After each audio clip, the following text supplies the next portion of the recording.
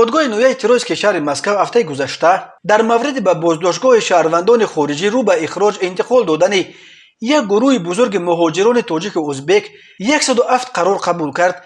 این مهاجران در پی زنوزنی روز 1 اپریل در محله ساختمان بنای استقامتی گرانبهای ژک سرس استالیتسه در موضع شلیپیخینسکای نابرژنای شهر مسکو با جرم میل افباشی به جوابگری کشانده شده.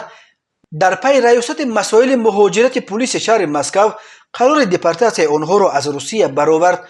دادگاه نویه ترویسکی حکم تا 90 روز آینده در بازداشتگاه مهاجران نگاه داشتن این مهاجران تاجیک و ازبک و اخراج آنها را صادر کرد.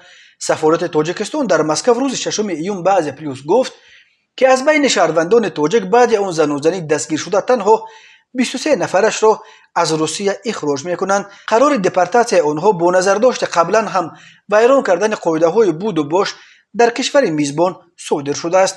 شرح دادن در سفارت بنا به خبرها زنوزنی گروهی صبح 1 اپریل بین مهاجران از تاجیکستان و ازبکستان در محل ساختمان بنای استقامتی گرانبهای ژک سرس استالیتسه از مناقشه ناچیز بین دو مهاجر سر شده است. گفته میشد گویا یک کارگر تاجیک یک کارگر دیگر ازبکستانی را دورک یا احمق گفته است و بعد آنکه این دو نفر دست به گریبان شدند مهاجران باقی مانده هم به مناقشه امر شدند. بنا به اطلاع اگنتی مهاجرت بیرونی ازبکستان در پی زنوزنی در مرکز مسکو 41 کارگر از تاجیکستان و 85 نفر از ازبکستان بازداشت شدند. رسانه‌های روسی خبر دادند که کارمندان پلیس به جای حادثه آمده طرف‌های درگیر را جدا کردند.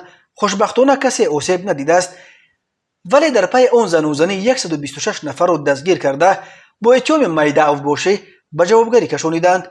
حالا مهاجران را برای اشتراک در زنوزنی ها می توانند از روسیه اخراج کنند. ماه آگوست سال 2021 در پی یک سلسله زنوزنی ها بین مهاجران در منطقه های گوناگون روسیه وزارت کارهای داخلی این کشور هشدار داد که از این به بعد مهاجران را برای دغلانه ویران کردن ترتیبات جمعیتی از جمله برای اشتراک در زنوزنی ها بهرمانه به کشورهای زادگاهشان اخراج کرده از حق عبور مرز روسیه محروم میکنند.